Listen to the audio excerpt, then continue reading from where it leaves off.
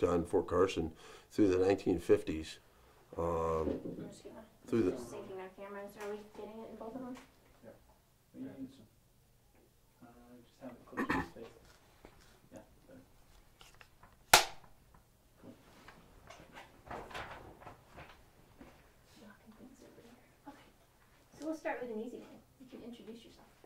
My name is Master Sergeant Sean Farnsworth. I'm with the Fort Carson Mounted Color Guard. I've been with the unit for approximately be about a year. I took over in August of 19. You can start over. Everything. You want to shut that door? Yeah. Everything that we use edited, so we'll probably talk to you for 10 minutes and use 30-second clips here and there. Okay. So sound bites. So Okay. don't worry about it. If you say something or you need to stop and rephrase, feel free. You just keep looking at me, pretend these cameras aren't here. Okay. It's just so easy to do. My name is Master Sergeant Sean Farnsworth. I've been with the Mounted Color Guard since 6 months. Hold on 1 second. Hey guys, you gotta go.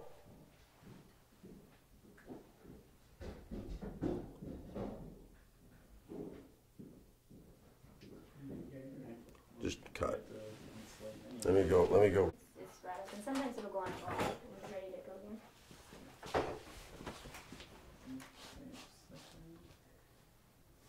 Rolling.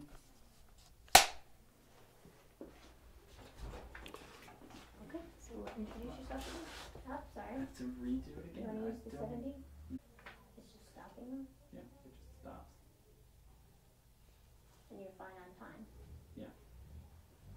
Yeah.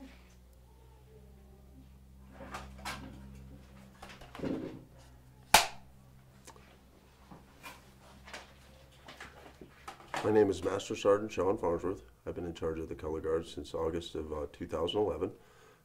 We've been with the 4th Infantry Division for since 2009, since they returned to Fort Carson. So that's I've been in the Army for approximately 17 years. I got offered this position by the Command Sergeant Major Kurek to come down, and I had a few of my own horses. He asked me if I would be willing to take over the Mounted Color Guard, and I just jumped at the opportunity. The inside of the hat, how much are you seeing of the... Good. Would you mind taking it off? There's dust, like fingerprints, and I'm just afraid these cameras are going to pick it up on the upside, the other side. There you go.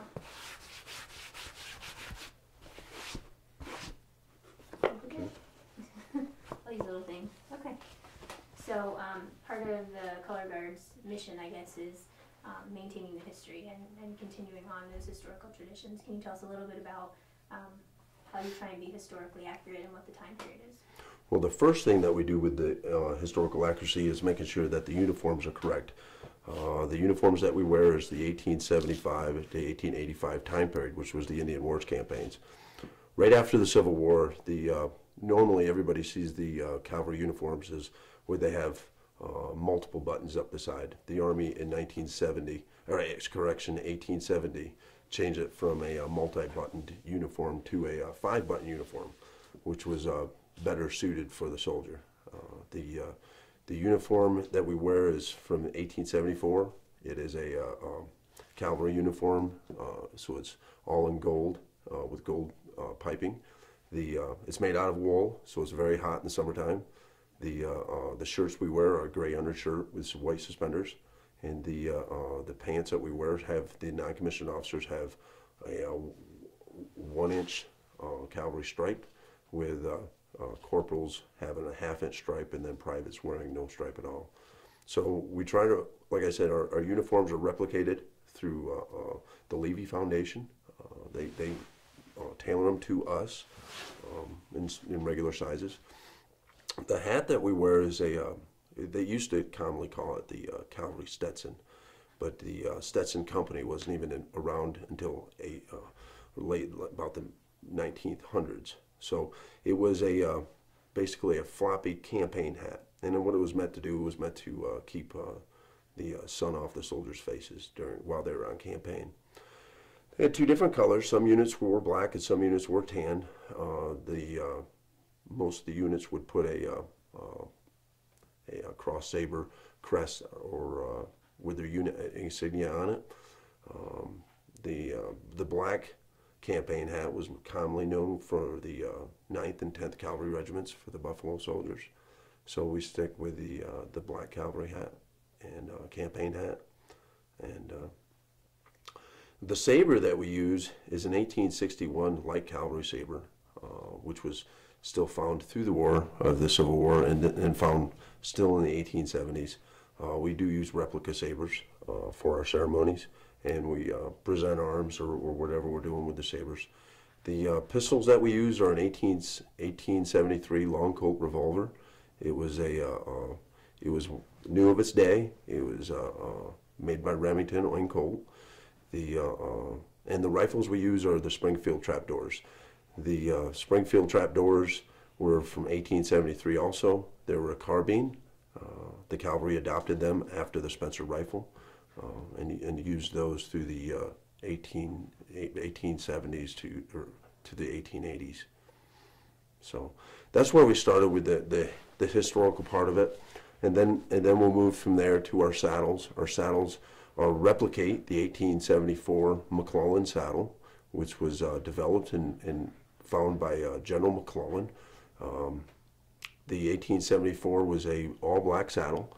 It was, you know, it was more for the horse than it was for the rider. It was more comfort and lighter saddle, and we could put our daily rations and our overcoat and our sleep bedrolls on that saddle, along with our saddlebags. However, we do ride the 1904 saddle, as because through history, the cavalry history, the horses from 1874 got larger, and when they got larger, they saddles were getting smaller.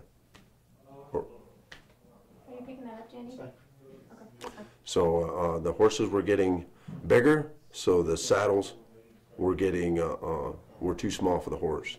So we use an 1874 or 1904 saddle because the tree is bigger, because we ride the American quarter horse today, which was a larger horse than a quarter horse. Hold up. We still filming? Every time we stop. That was pretty good though. Yeah, you're doing very well.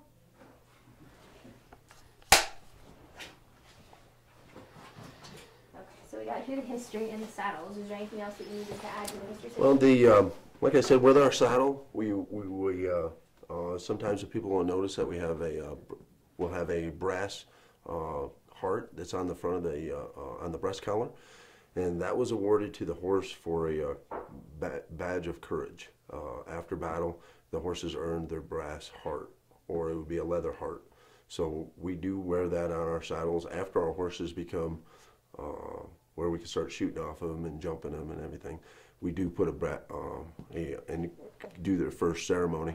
We do put a badge of courage on there because no other horses. We do get a lot of remarks on how our horses stand during cannon fire and pistols, and people wonder how we get them that way, and that's just lots and lots of hours of training.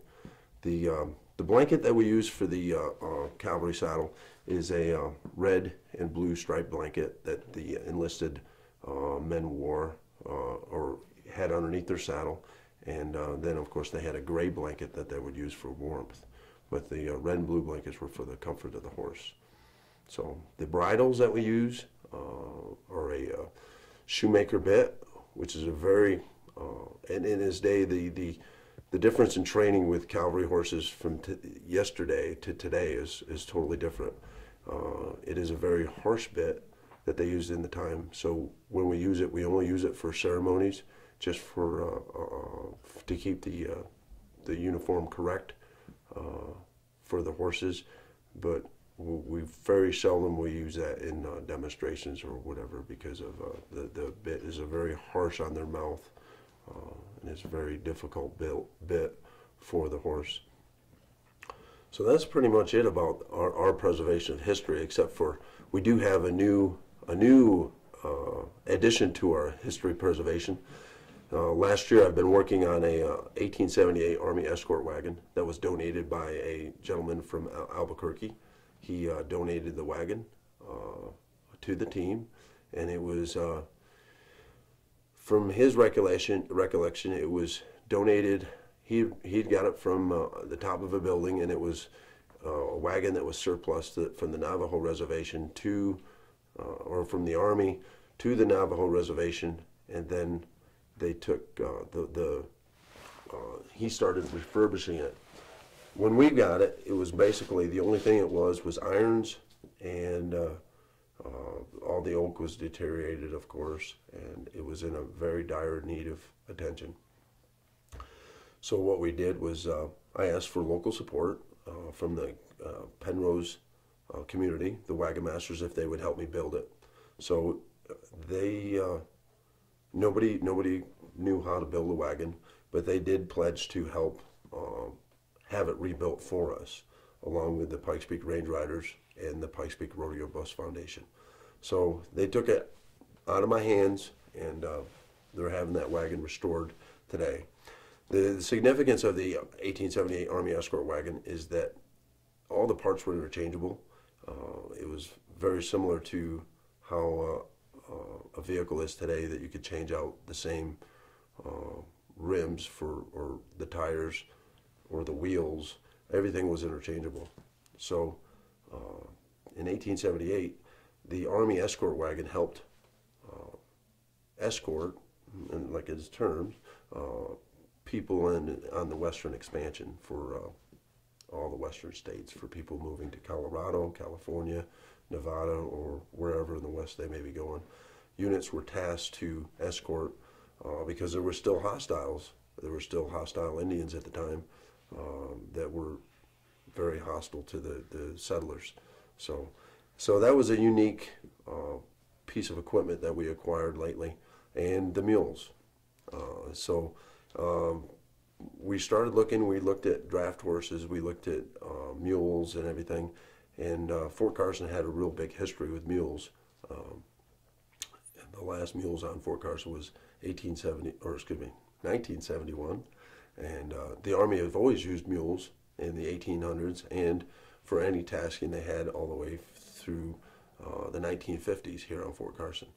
So the mules that we got were basically to pull the escort wagon for parade ceremonies, and so people kind of could see what, look back in time and see what an escort wagon would look like with a cavalryman, another cavalryman riding escort or riding shotgun per se with a rifle, and pulling it with Army mules, and so we'll be using that in parades and ceremonies, and that'll be and with the Pikes Peak Rodeo Bust and the Range Riders, their whole philosophy is Western preservation of history. So they were definitely on board when they found out that we were trying to preserve an actual 1878 Army Escort wagon.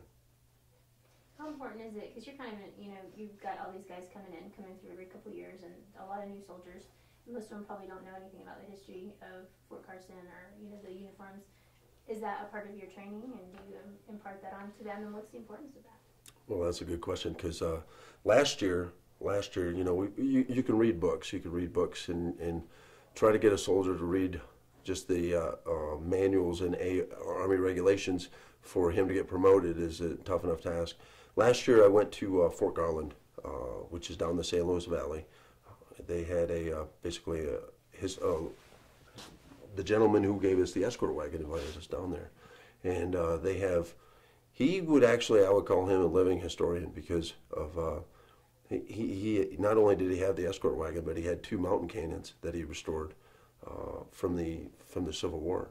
And myself and another sergeant went down there last year, and just a period over 2 days of seeing actual Springfield trapdoor rifles, real authentic weapons of the time period, actual uniforms. They do extensive research to make sure that this button is right, or that button is right, or this saddle is correct. And so we basically called it School of the Soldier. Within a period of 8 hours, I think I learned more from just talking with people and people telling me where to reference the historical part of it. It was it was like you were submerged into the time period because everybody's in uniform. The tents are correct. The horses, the cannon, the infantryman rifles, the muskets, everything that they have down there, and they gather every year Memorial Day weekend to celebrate Memorial Day weekend down at Fort Garland. And Fort Garland was Kit Carson was the commander of Fort Garland, and Fort Garland in itself replicates the 9th and 10th Cavalry regiments. So you can actually go in there and see the barracks. You can actually see how soldiers lived. You see the farrier shop, which we're in right now. We're in my farrier shop. And I do have that schedule for all my new soldiers. All my veterans that have been on the team for the last 2 years are going to be tasked to do something else or have that weekend off. But all my new soldiers are going down there for basically school of the soldier, because there's such a wealth of information and knowledge down there that when they come back, they'll be able to talk about the history of the cavalry and the history of why their saddle or why their blanket is such or why their uniform is the way it is, and gives them a little bit more pride in their unit. So a lot of what you do is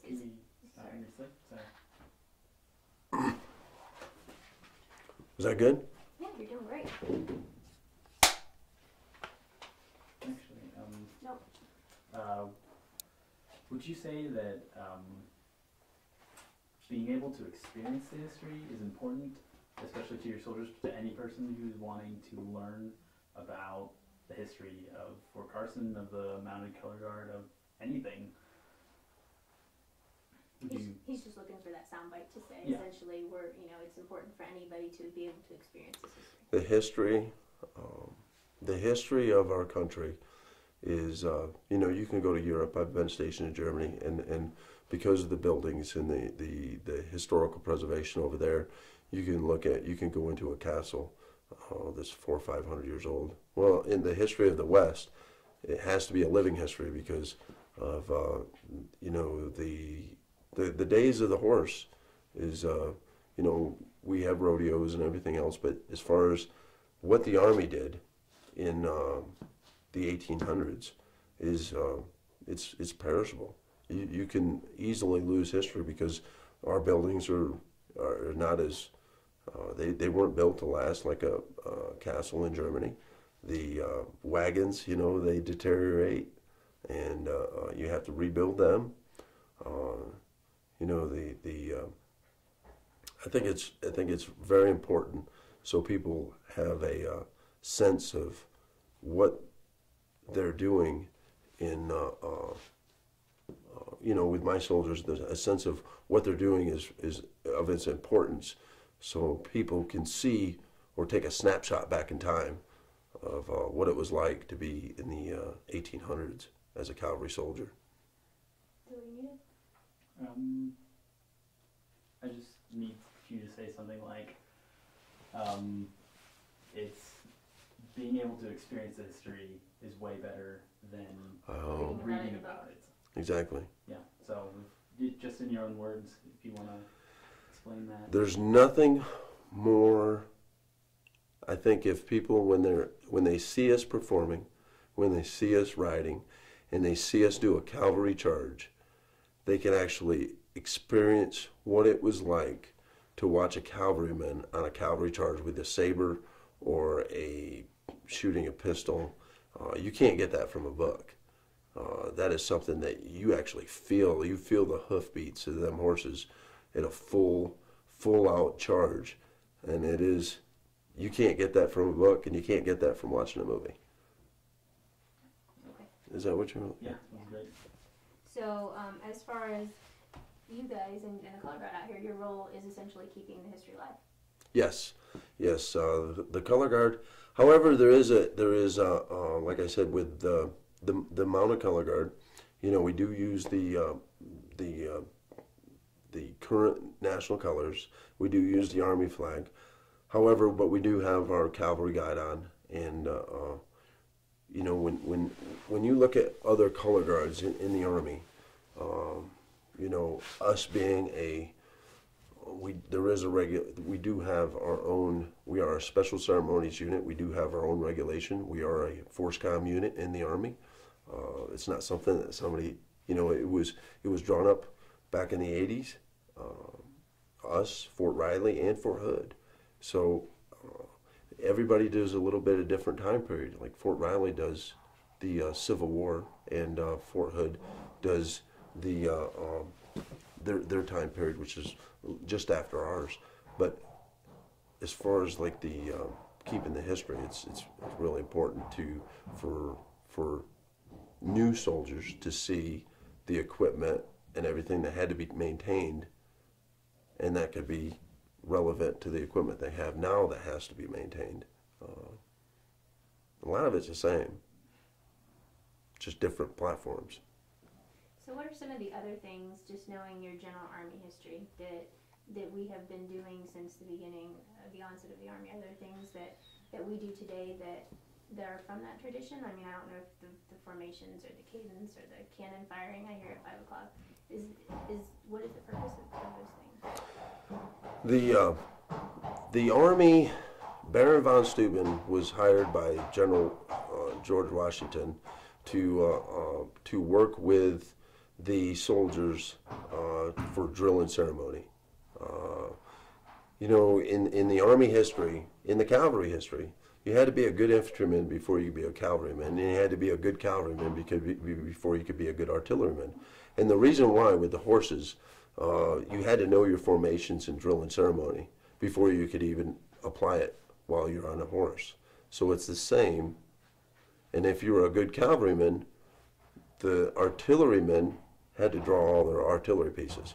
As far as like the bugle calls and everything, believe it or not, that at Fort Union down in New Mexico, they would tell us a story that on Sundays, all the Army wives would watch the horses when they would hear the bugle call, the water call, which is a bugle call called a watering, you know, and the horses would go water themselves. All week, the soldiers have been taking the horses to the watering hole to water them, but when they heard the bugle call, they were so used to hearing the bugle call that they went and watered themselves. This is the same thing with after a cavalry. Our horses know what the cavalry, the charge bugle call is. When they hear it, when we're doing the demonstration, they get pretty amped up and they're ready to do a charge. So with today, we do a lot of bugle calls in our ceremonies, and you know, to the bugle calls being either to position of attention or present arms or assemble, you know, charge. There's a lot of bugle calls that the Army used, and with the inception of like I said, with the dragoons were mounted infantrymen in the Revolutionary War. The dragoons that rode horses, like I said, is they had to be infantrymen first, and then they rode horses. So, yeah, the reveille and retreat, it's all part of history that we pass on the lineage to our soldiers, and you know, you stand in awe and reverence to our colors. How much do you love your job? I tell you what, this is like I said, I'm going to retire when I'm eligible in 20. You know, when I reach my 20 years, and I have never had a job to where I've had so much. This is without a doubt. I'm working 6-7 days a week. I'm always on the phone. I'm taking care of my soldiers. I have to take care of the horses. I have to make sure they have their hay. I have to make sure we run the ranch. And there's no other job that's more fulfilling that I've had in the Army, with the exception of being an infantry platoon sergeant in combat. That was very satisfying. That was a fulfilling job that I had. But this job right here, having people when we're in a parade, and we'll be doing a parade, and most veterans will stand to present arms as the colors pass by, and A lot of people don't know that when the national colors go by, you know, you veterans will salute the flag, and when you see disabled veterans, get up out of their wheelchair and salute the flag, you get choked up, and they pay the homage to the colors, and that makes it really worthwhile. And we do a lot of events for the VFW and for the American Legion, and they're the greatest groups of individuals, because when they see us, they're so appreciative to have us there. And then everybody who doesn't know about the Army or doesn't know about the historical part of the Army asks us a lot of questions. And we never load our horses up until all the questions have been answered, because we're sharing what we have, or if we don't, then we lose it. And like I said, with the veterans, it makes it worthwhile, to have a Vietnam veteran or World War II veteran come up and say, "Thanks, guys, for being here, and you guys looked awesome." And that's all you need. That's all you need to keep going. So we just keep going and going and keep going, and that's awesome. Can we recite? Yep. Mules a little bit? Okay. The history of mules on Fort Carson. Are we? Wait a second. Rolling. So mules on Fort Carson. Mules on Fort Carson. Mules on Fort Carson through the 1950s. There was over 300 mules. Helped with packing up to Camp Hale, because Camp Hale was a very. It was actually where 10th Mountain started. 10th Mountain Division was here at Fort Carson, through the training of preparing for World War II. The mules have been here for getting soldiers and equipment up to Camp Hale, and then throughout the 50s, when NORAD was being built up on Cheyenne Mountain, they had 300 mules that were here that helped pack equipment up there until they brought in helicopters. The most famous mule on Fort Carson, well, there's actually two. There was one that was called Useless. Useless was a mule that they tried to pack, and he wouldn't pack. And then they tried to have a pull a wagon, and he wouldn't pull a wagon. So he was coined Useless. That was his name. And then, but the most famous mule was Hamilton T-Bone. Hamilton T-Bone was a gray mule, which is a white mule. It was very, very large, and he would carry the first sergeants up over Ute Pass, which is directly west of here up Highway 24. And Hamilton T-Bone was a mascot of the 4th Artillery, the 4th Infantry Artillery Battalion, the 4th Artillery Battalion, and he carried the first sergeants over the Ute Pass. Now, and when he started getting older, he was retired to the Shriners down here at the right off here off I-25, and he stayed there for several years. And they brought him back in 1971 for the last mile, and soon after that, after a couple months, he died, and he was buried at he's the only mule that's buried on Fort Carson that we know of, but he does have a dedication over there by the 4th Artillery Battalion headquarters, the original headquarters. Since then, the Mounted Color Guard was, they started in 1963, but they were formally recognized in 1965. And they've always had horses here at Turkey Creek Ranch. And, last week I brought in a team of mules from Tennessee. Their name is John and Henry, so John Henry. Their task and purpose is to pull the 1878 Army escort wagon. We had, we're starting a program with the WTB here on post, working with soldiers that have limited abilities, working with horses, basically a follow-up to the Pikes Peak Therapeutic Center. We're doing horsemanship training, and but some soldiers are not going to want to ride horses. So we've got the mules, and we've got a farm wagon that we pull behind them, and if they want to, they can drive the mules here on the ranch, and at least feel part of an equestrian program. So John Henry, they do a lap every day, about 2 to 3 miles, and we've only had them for a week, and they're doing great. And they're both 1,500 pounds each. They're 17, almost 17 hands high. They're a cross between a Percheron horse and a donkey, so they are quite large mules. The Army's always used mules, pull the wagons and such. They did use some draft horses, but it'll be a great addition to the team. I've got a white man. What have mules been used for throughout the entire history of the Army, like from the beginning to when they were retired? A mule, I'll tell you the difference between a mule and a horse. A mule, a horse, a mule is a little bit more sure-footed. They can carry a lot more weight than a horse. Some say that mules are smarter than a horse. That has to depend on who you're talking to. If you're talking to a mule owner or a horse owner, you know, some horsemen don't like mules, and some people who own mules don't like horses. So, but as far as the mule goes, they're a little bit more. They're not stubborn as you think, and they are very smart. You do need to require a little bit more patience.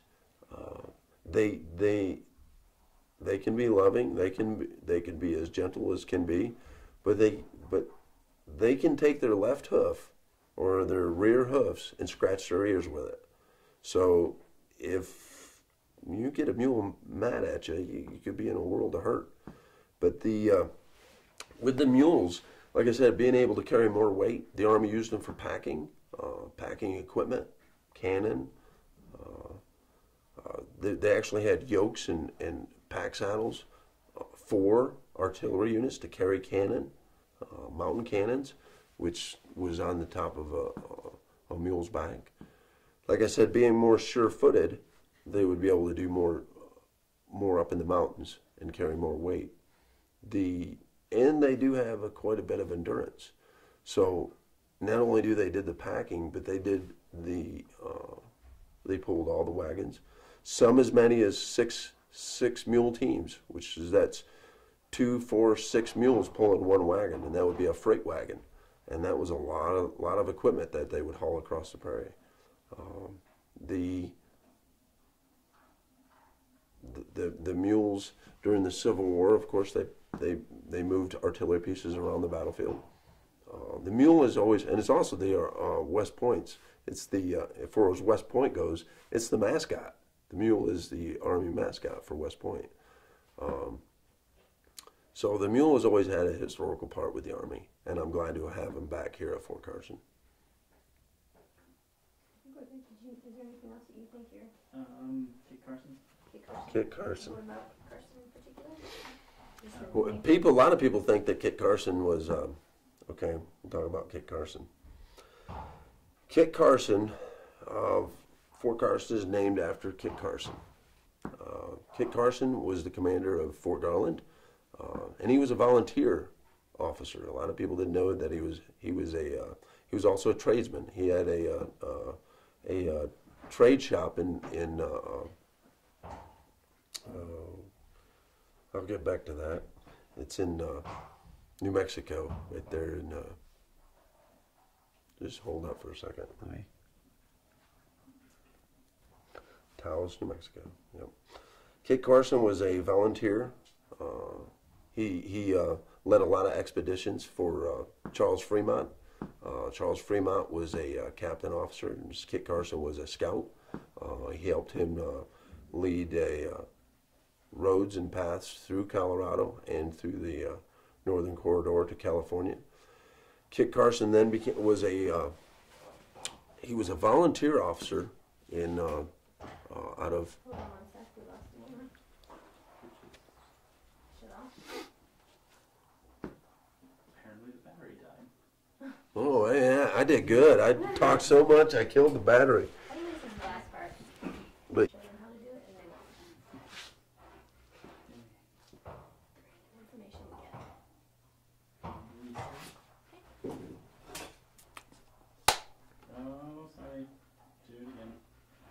Ready?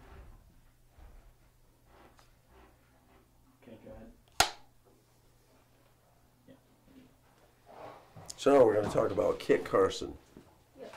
Kit Carson was a tradesman, a scout, a tradesman. He had a store in Taos, New Mexico. He was a commander at Fort Garland in the San Luis Valley as a volunteer. He was not a per se a regular Army officer. He was a volunteer. He was commissioned in the regular Army, but he was the commander at Fort Garland. Camp Carson is named after him. A lot of his fame came from where he was a scout with Charles Fremont, where they explored different passes through Colorado to get to California.